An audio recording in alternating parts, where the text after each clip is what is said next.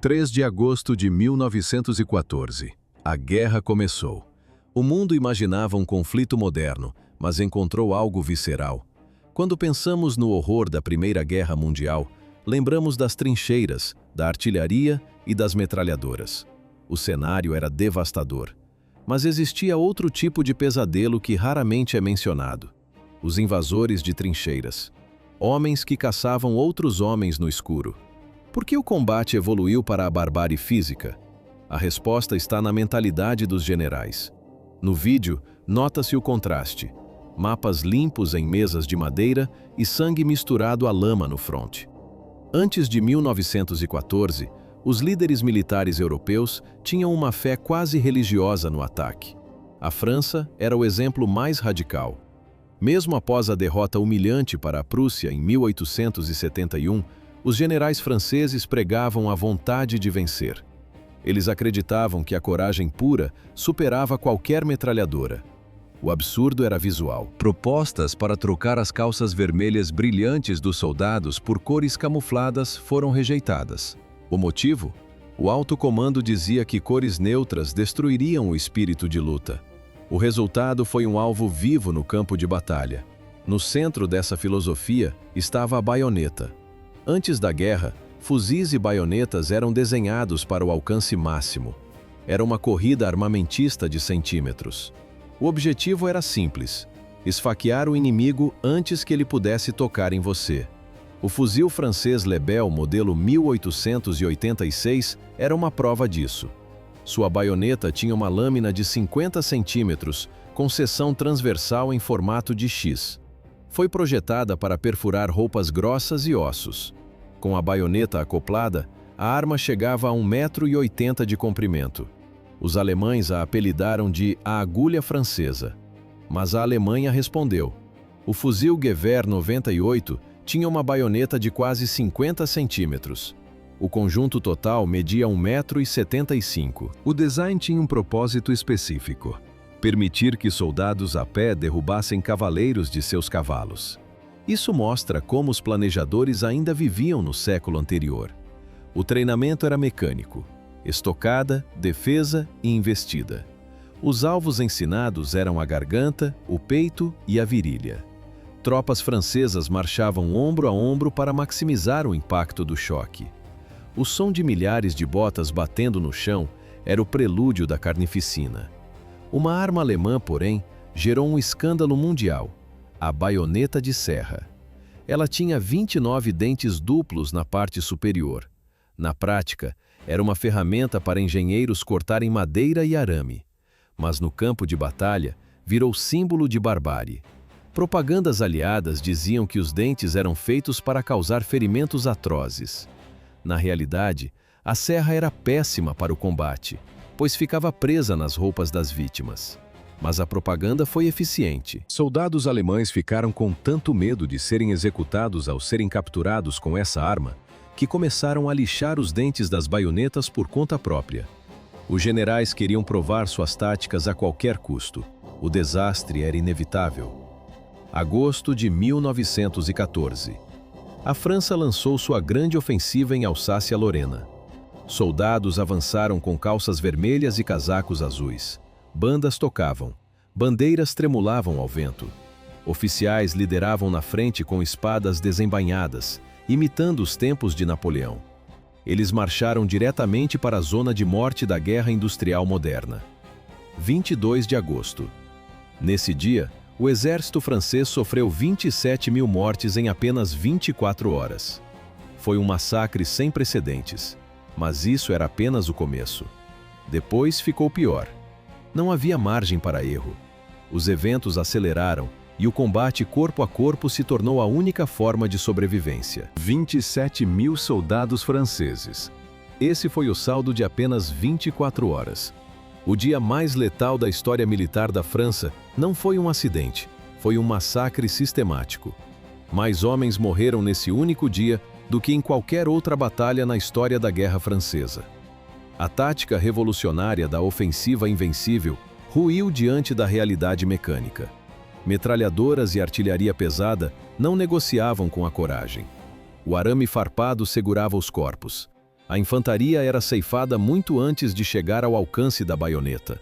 O som dos disparos abafava os gritos. Não havia glória, apenas a eficácia industrial da morte. Mas os alemães logo sofreram sua própria catástrofe ao tentar replicar a estratégia. Durante a primeira Batalha do Marne, o príncipe herdeiro Wilhelm deu a ordem fatal. 100.000 soldados alemães, baionetas caladas. Um ataque maciço contra as linhas francesas sob o manto da escuridão. Por que o plano falhou? A noite deveria ocultá-los. Mas a tecnologia anulou a tática. Canhões franceses de 75 mm abriram fogo contra as fileiras cinzentas e compactas. As explosões iluminaram o campo. Unidades alemãs entraram em pânico na escuridão, mergulhadas em confusão total. O caos foi tão grande que 2 batalhões alemães dispararam um contra o outro a queima-roupa. O resultado foi imediato: cerca de 15.000 baixas em um único assalto. E isso era apenas uma amostra dos resultados brutais das primeiras batalhas. Mas isso era apenas o começo do impasse. Todas essas ofensivas falhas levaram ambos os lados a tentar flanquear o inimigo, cercar pelas laterais. Mas um novo fator tornou essa manobra impossível. Pela primeira vez na história, aviões realizavam reconhecimento aéreo. Os generais podiam ver do céu exatamente de onde vinha o ataque. A surpresa acabou. A defesa preparava artilharia e metralhadoras muito antes da infantaria chegar. Quem atacava em campo aberto era derrubado repetidamente. Os sobreviventes não tinham escolha. Precisavam cavar. Onde paravam, abriam buracos no chão. A pá tornou-se tão vital quanto o fuzil. Cada tentativa de flanco era bloqueada. À medida que a luta se movia para o norte, na chamada corrida para o mar, posições temporárias viraram túmulos permanentes. Nenhum lado conseguia superar o outro. Logo, ambos os exércitos se estabeleceram na guerra de trincheiras que definiria o conflito. Linhas opostas serpenteavam da costa belga até a fronteira suíça. 440 milhas ininterruptas de fortificação. À primeira vista, uma linha no mapa. Mas na prática, uma barreira intransponível. A revolução no poder de fogo não foi acompanhada por avanços táticos. Isso criou uma forma de guerra extenuante, onde o defensor tinha todas as vantagens. Não havia mais flancos para virar. Todo ataque agora precisava ser frontal, direto contra posições defensivas preparadas. Nos primeiros 5 meses, 4 milhões de homens foram mortos ou feridos. O que acontece quando toda a doutrina militar se prova catastroficamente errada? A resposta não estava em armas futuristas. A solução exigia um retorno aos tempos medievais. Espadas e armaduras. Acredite se quiser. A questão óbvia para os comandantes era como romper essas linhas. A resposta, segundo o pensamento da época, era força bruta, artilharia. O método era bombardear as trincheiras inimigas por dias, às vezes, uma semana inteira. O objetivo era pulverizar tudo, destruir o arame farpado, colapsar as trincheiras, matar os defensores e silenciar as metralhadoras. A teoria dizia que a infantaria apenas caminharia sobre a terra de ninguém para ocupar as ruínas. A câmera registra. O horizonte queima com as explosões contínuas. Mas a realidade ignorou a teoria. O exemplo mais notório ocorreu no Somme. Os britânicos dispararam mais de 1,5 milhão de projéteis em um bombardeio de 7 dias. A confiança dos generais era cega. Ordenaram aos soldados que não corressem. Deviam caminhar, manter a disciplina. Afinal, acreditavam que nenhum alemão poderia ter sobrevivido àquela tempestade de aço. Esse otimismo provou-se fatal. O Somme é lembrado como o dia mais sangrento da história militar britânica. O motivo era engenharia, não sorte. Os alemães construíram abrigos profundos. Alguns ficavam a 40 pés abaixo da terra, reforçados com concreto sólido. Enquanto as bombas caíam, os soldados alemães esperavam em segurança relativa. Quando o bombardeio cessava, eles subiam rapidamente, retomavam as posições de tiro e massacravam os britânicos que caminhavam expostos pelo campo. Os comandantes demoraram a entender essa mecânica. Enviavam onda após onda de soldados. Morriam sem sucesso real. Mesmo se capturassem uma seção de trincheira, Havia sempre 2 ou 3 linhas atrás dela. A força de ataque chegava exausta, dizimada. Inevitavelmente, perdiam a posição para um contra-ataque fresco do inimigo. Um dia depois, tudo voltava ao ponto de partida. Nada mudava no mapa. A única diferença eram os milhares de corpos deixados para trás. Não havia margem para erro, mas o erro se repetia. Com os assaltos frontais provando-se inúteis, uma nova abordagem surgiu. Pequenos ataques. Incursões de bater e correr à noite. O objetivo não era segurar território, era deslizar para dentro, cumprir objetivos específicos e escapar antes que o inimigo pudesse reagir em força. Houve experimentos iniciais assim que as trincheiras se formaram. Mas a tática realmente se consolidou com os canadenses. Eles não apenas lutavam, eles caçavam. O combate corpo a corpo na Primeira Guerra Mundial tornou-se muito diferente e significativamente mais horrível do que o treinamento previa. No equipamento dos soldados, vê-se o improviso, facas, clavas e soco inglês. Antes de explicar os invasores de trincheiras, observe as condições em que iriam lutar. O armamento moderno falhou. A guerra teve que recuar vários séculos para continuar matando. 2 metros de profundidade. Essa era a cota básica da sobrevivência na história das trincheiras. Por que as linhas de defesa eram construídas em padrões serrilhados e zigue-zagues? Parecia um erro de engenharia ou desperdício de tempo? Mas a geometria reta significava morte instantânea. Se uma granada caísse em uma trincheira reta, a onda de choque viajava livremente pelo corredor. Matava todos em seu caminho. O padrão em zigue-zague continha a explosão. O impacto ficava restrito a uma única seção. Apenas alguns soldados morriam. O resto sobrevivia. Mas essa arquitetura salvadora criou um problema tático imediato. A visibilidade caiu para menos de 10 metros. Nesses corredores apertados e lamacentos, a tecnologia militar moderna falhou. Os exércitos haviam passado décadas aperfeiçoando fuzis longos para disparos a 300 metros de distância. De repente, essas armas tornaram-se inúteis. No quadro, soldados tentando manobrar fuzis com baionetas longas em espaços confinados. Parecia que carregavam lanças antigas, não armas de fogo. O problema mecânico era brutal. As baionetas ficavam presas nos corpos. Um relato australiano ilustra o horror técnico. Um soldado cravou sua baioneta em um inimigo alemão. A lâmina atravessou o corpo e se alojou profundamente em uma viga de madeira atrás dele. Ele puxou. O metal não cedeu. Ele teve que desengatar a arma e abandonar a baioneta no peito do alemão, que ainda agonizava preso à parede. Houve casos piores. Corpos encontrados aos pares. 2 soldados mortos, perfurados simultaneamente pelas baionetas um do outro. Um empate fatal. Diante dessa ineficiência sangrenta, os soldados adaptaram-se. A solução estava na Idade Média. Eles largaram os fuzis. Pegaram porretes, facas e pás afiadas. As armas dos ancestrais voltaram ao campo de batalha moderno. Os porretes de trincheira tornaram-se a escolha para ataques noturnos. A criatividade era mórbida. Soldados usavam carcaças de granadas vazias fixadas em cabos de madeira. Outros pegavam ferramentas de escavação, adicionavam pesos de chumbo e cravavam pregos na ponta. Alguns pareciam massas medievais com pontas de ferro. Outros usavam molas flexíveis para aumentar a força cinética do impacto. A guerra tecnológica regrediu para a força bruta. Mas isso era apenas o começo da adaptação. As facas de trincheira evoluíram rapidamente. A mais famosa foi a Mark I americana.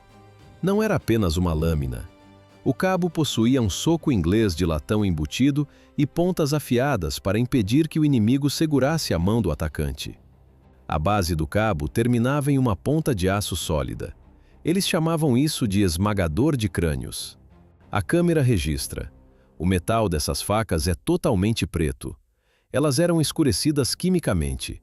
Nenhum reflexo sob a luz da lua podia denunciar a posição de um invasor.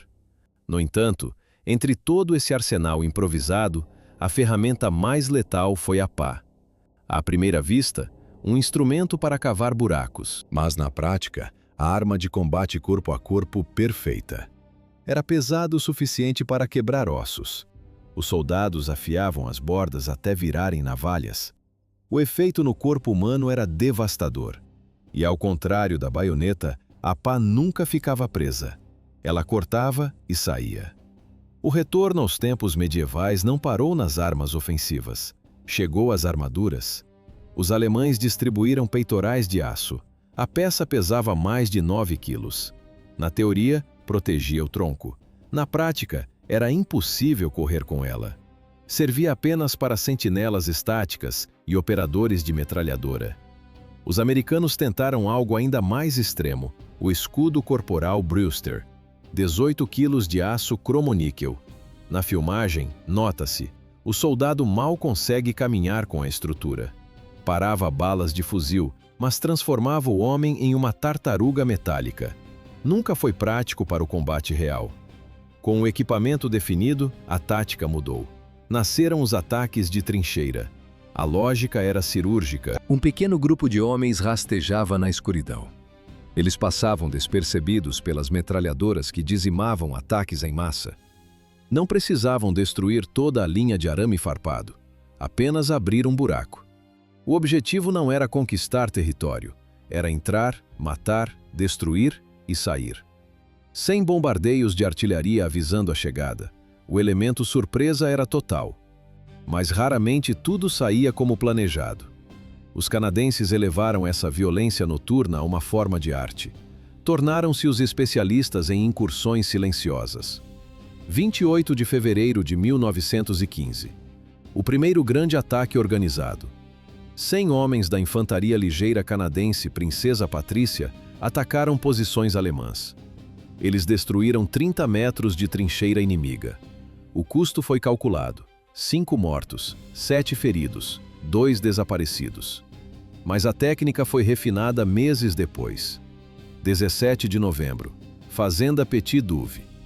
170 voluntários treinaram por 10 dias. Ensaiaram cada movimento. Patrulhas de reconhecimento mapearam o terreno. A artilharia cortou o arame previamente. Os invasores removeram qualquer identificação de seus uniformes. Se fossem capturados, seriam anônimos. 2h30 da manhã. O ataque começou. A sorte favoreceu os canadenses. Chovia forte. As sentinelas alemãs buscaram abrigo contra a água e baixaram a guarda. O som da chuva abafou os passos na lama. Em apenas 20 minutos, o caos se instalou. 30 alemães foram mortos. 12 foram arrastados como prisioneiros. Máscaras de gás de borracha, uma tecnologia nova, foram roubadas para análise. As baixas canadenses foram mínimas. Um morto por fogo amigo acidental e um ferido leve. Ouve-se o barulho de ferrolhos e respiração ofegante nos relatos da época. Para o alto comando, esses ataques tinham um propósito duplo. Primeiro, inteligência. Capturar prisioneiros, interrogá-los, descobrir movimentações de tropas. Segundo, destruição de metralhadoras e bunkers. Mas havia um motivo mais sombrio e cínico por trás das ordens. Em muitos setores, os soldados desenvolviam um sistema de viver e deixar viver. Tréguas informais. Acordos silenciosos para não atirar durante o café da manhã ou quando o inimigo usava as latrinas. Os oficiais odiavam essa paz. Eles usavam os ataques noturnos deliberadamente para quebrar esses acordos. Ao forçar seus homens a matar de perto, com facas e pás, eles destruíam qualquer empatia com o inimigo do outro lado. O ataque garantia que o ódio continuasse vivo. As tréguas acabavam no momento em que o primeiro pescoço era cortado. Assim, a guerra mantinha seu ritmo brutal.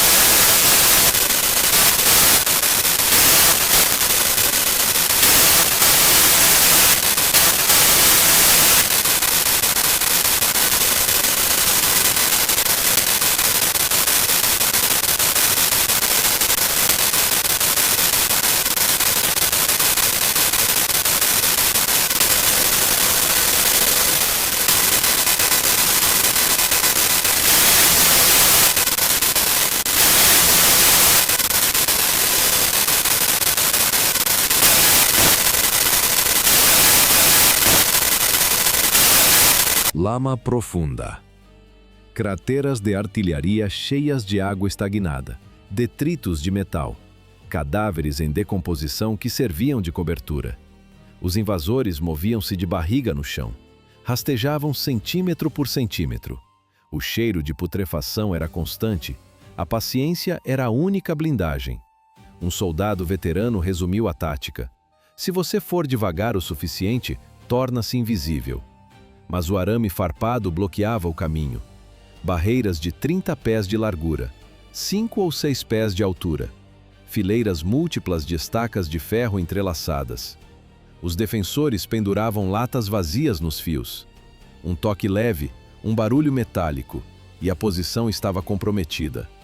Equipes de corte saíam noites antes para abrir caminhos, reduzindo o tempo de exposição da equipe principal. Mas havia o terror da iluminação. A qualquer momento, o céu podia se acender. Ambos os lados usavam sinalizadores. Projéteis de artilharia estouravam no alto, liberando um paraquedas com um flare de magnésio. Durante 1 minuto inteiro, a terra de ninguém ficava clara como o meio-dia. A reação precisava ser imediata.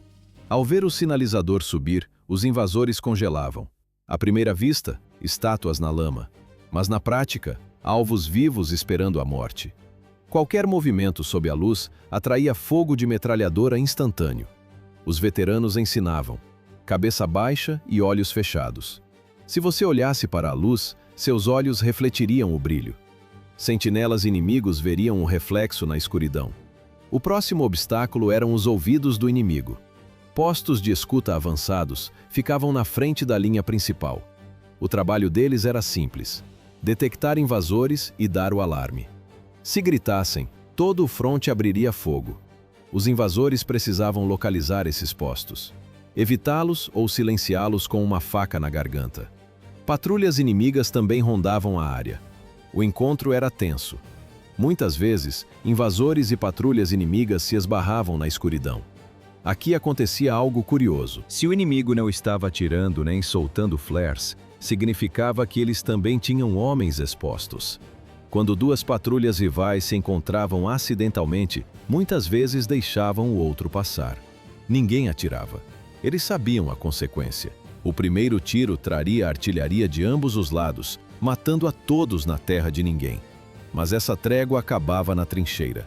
Assim que os invasores pulavam para dentro, a brutalidade começava. Combate corpo a corpo em espaços confinados. O tempo corria contra eles. Cada segundo gasto na trincheira permitia que reforços vizinhos pegassem suas armas. Os invasores usavam o caos como cobertura, matavam o máximo possível, jogavam granadas nos abrigos subterrâneos, dugouts, destruíam rádios e metralhadoras. Se possível, capturavam prisioneiros para interrogatório. Mas isso era apenas o começo. O retorno era frequentemente a parte mais letal. Agora eles não tinham um elemento surpresa. Moviam-se rápido, arrastando prisioneiros que lutavam para escapar ou carregando camaradas sangrando. Metralhadoras varriam o terreno às cegas. A artilharia começava a bombardear a rota de fuga. Na confusão, o senso de direção desaparecia. Muitos invasores, desorientados pela fumaça e pelo medo, pulavam em uma trincheira buscando segurança. O alívio durava pouco. Percebiam tarde demais. Tinham voltado para a trincheira inimiga. Os soldados lá dentro não hesitavam. Fogo amigo era outro perigo constante. Mesmo se você chegasse à sua própria linha, não estava salvo. Os sentinelas sabiam que uma patrulha estava fora. Mas no caos da escuridão, formas vindo da terra de ninguém pareciam ataques. Um homem nervoso puxava o gatilho antes de pedir a senha. Sistemas de senha existiam, mas falhavam. Às vezes, a guarda trocava. O novo sentinela não recebia o aviso sobre o retorno da equipe. O resultado era um massacre fratricida. Todo esse esforço, todo esse risco, frequentemente por objetivos triviais. Oficiais a 30 milhas da linha de frente queriam saber o que estava acontecendo. Ordenavam uma invasão apenas para dar uma olhada. Muitas operações sequer entravam nos relatórios oficiais. Os homens simplesmente saíam e nunca voltavam. E mesmo o sucesso trazia consequências. Retaliação pesada na noite seguinte. A necessidade moldou a tecnologia. Exércitos desenvolveram armas específicas para esse massacre confinado. Rifles longos eram inúteis em túneis apertados. A pistola tornou-se a arma principal. O revólver britânico Webley funcionava bem na lama, mas tinha apenas 6 tiros. A Colt 1911 era o prêmio dos americanos. Os alemães confiavam na Luger, mas a MP-18 mudou as regras do jogo. Câmara de 9 mm, disparava cerca de 400 tiros por minuto. Carregador caracol, drum magazine, com 32 munições. Isso deu aos Stormtroopers alemães um poder de fogo devastador nos corredores estreitos. Apenas 3.000 dessas armas viram combate real, mas o conceito foi provado. A MP-18 definiu o padrão para todas as submetralhadoras que viriam depois. A guerra de trincheiras havia criado uma nova forma de matar. 6 cartuchos, 2 segundos. Esse era o tempo que um soldado levava para esvaziar a Winchester modelo 1897. Era a famosa Trench Shotgun, uma arma brutal para tempos brutais. O segredo de sua letalidade tinha um nome técnico, Slam Fire. Ao contrário das espingardas modernas, a 97 não possuía desconector de gatilho. Isso mudava tudo. O soldado podia manter o gatilho pressionado e apenas bombear a telha da arma. A cada fechamento da câmara, um disparo. O som era mecânico e aterrorizante. O resultado visual era devastador. Em uma trincheira estreita, era matematicamente impossível errar o alvo. A eficácia foi tão absoluta que gerou um incidente diplomático. O governo alemão protestou formalmente. Ameaçaram executar qualquer prisioneiro capturado com uma espingarda ou cartuchos no bolso. A alegação? Sofrimento desnecessário. A resposta dos aliados foi seca. Eles lembraram os alemães sobre o uso de lança-chamas e gás mostarda, armas que derretiam pulmões e queimavam a pele. A mensagem final foi clara. Se os alemães executassem prisioneiros por causa das espingardas, a retaliação seria muito pior. Ninguém quis pagar para ver. Mas a violência não parou nas armas de fogo. O combate confinado forçou uma regressão primitiva. Exércitos modernos implementaram programas de jiu-jitsu, boxe e luta livre. Não era esporte, era sobrevivência. Porém, à medida que a guerra se arrastava, ficou claro: pequenos ataques não venceriam o conflito. Era preciso escala. Era preciso aplicar a violência extrema e a surpresa em um nível industrial. Foi exatamente isso que os alemães decidiram criar. Nasceram as Sturmtruppen, as tropas de choque. Eles trouxeram a primeira resposta confiável para o impasse da lama e do arame farpado. Como quebrar uma linha defensiva fortificada? Atacando toda a extensão do fronte? Não. Isso já havia falhado dezenas de vezes. A tática mudou radicalmente. Os Sturmtruppen atacavam apenas pontos-chave. Eles ignoravam os pontos fortes inimigos. Simplesmente passavam ao largo. Deixavam a limpeza para as ondas seguintes de infantaria comum. O objetivo da elite era outro: infiltrar, correr e destruir a retaguarda. Baterias de artilharia, postos de comando, depósitos de suprimentos. Cortar a cabeça para que o corpo morresse. Isso exigia uma mudança mental completa. Oficiais júnior ganharam autonomia total. Não podiam esperar ordens de generais sentados a quilômetros de distância. A decisão precisava ser imediata. Independência e raciocínio rápido valiam mais que disciplina cega. Eram voluntários, a maioria com menos de 25 anos. Homens com histórico atlético e nervos de aço. O equipamento refletia a missão. Mochilas cheias de granadas de mão. Quando a submetralhadora MP-18 ficou disponível, eles tiveram prioridade absoluta. Usavam pistolas Luger com o lendário carregador caracol de 32 tiros e coronha de madeira. Mas a tecnologia convivia com o arcaico. Muitos carregavam massas medievais, facas afiadas e porretes de trincheira. Ferramentas silenciosas para o fim inevitável no corpo a corpo. Mas isso era apenas o começo da evolução tática. A Itália desenvolveu sua própria resposta: os Arditi, os ousados. À primeira vista, heróis nacionais, mas na prática, esquadrões suicidas. Diferente dos alemães que espalharam as táticas por todo o exército, os italianos isolaram sua elite. Algumas unidades Arditi lutavam apenas com adagas e granadas, sem rifles, sem peso extra. Aterrorizavam os austríacos, mas o custo humano era insustentável. Muitas incursões terminavam sem nenhum sobrevivente para contar a história. A taxa de baixas era astronômica. Eram os mais bravos, e foram os primeiros a morrer. No entanto, foi a Alemanha que provou o potencial devastador dessas táticas em larga escala. Outubro de 1917, Batalha de Caporetto. As unidades de choque alemãs lideraram um ataque fulminante. O resultado foi a captura de 265 mil prisioneiros italianos. O avanço superou 96 quilômetros em direção a Veneza. Um nome se destacou no caos: Erwin Rommel. Na época, um comandante de tropas de choque de apenas 26 anos. No futuro, seria um dos generais mais famosos da Segunda Guerra. Mas ali, nas montanhas italianas, ele fez história com apenas 150 homens. Rommel encontrou trilhas ocultas, contornou as posições italianas, atacou pela retaguarda quando ninguém esperava. Resultado: 1.500 prisioneiros capturados em uma única ação. Sem grandes batalhas, apenas manobra e choque.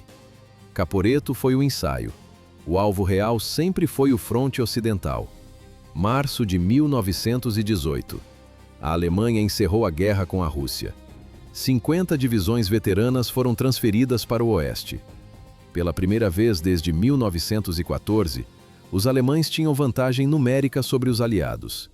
Era a última chance.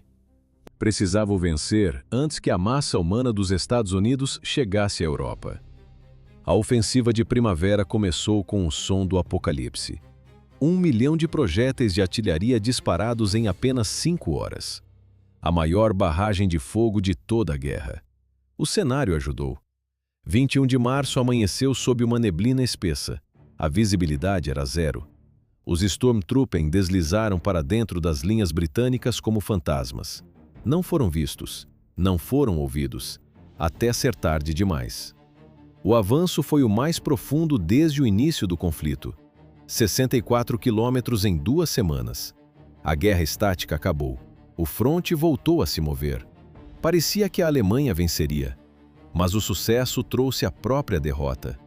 Os alemães avançaram rápido demais. As tropas de choque deixaram a própria artilharia para trás. As linhas de suprimento colapsaram. O terreno era um deserto de crateras criado pelas suas próprias bombas. Cavalos quebravam as pernas. Caminhões atolavam. E o pior, o custo humano.